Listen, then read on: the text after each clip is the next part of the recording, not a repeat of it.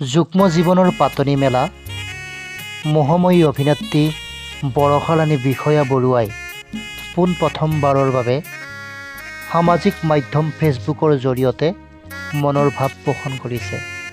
তেখেতে লিখিছে, স্বাভাৱিক আছিল যদিও অস্বাভাৱিক এখন বিবাহ।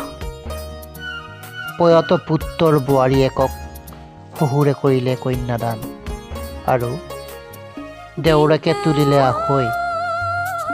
শব্দৰে প্ৰকাশ কৰিব নোৱাৰা এক আৱেগ। সুখী হোৱাৰ সকলোৰে অধিকাৰ আছে, নহয়নে বাৰু?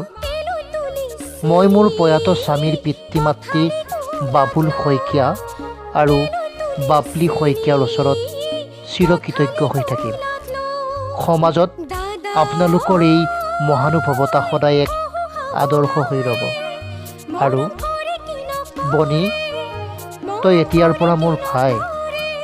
জীৱনৰ সুখ দুখ সকলোতে মোক কাষতেই পাবি। আপোনালোকৰ আশীৰ্বাদ বিচাৰিলে। এনেকৈয়ে মোহময়ী অভিনেত্ৰী বৰষাৰাণী বিষয়াই মনৰ ভাৱ পোষণ কৰিছে।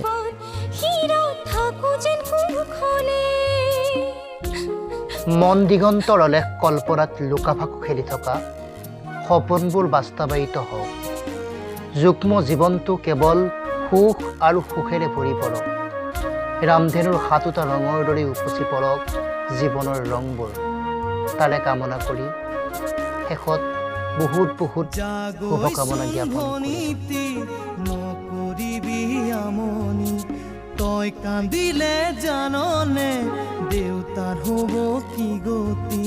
জাগৈচোন ভনীতি নকৰিবি আমনি, তই কান্দিলে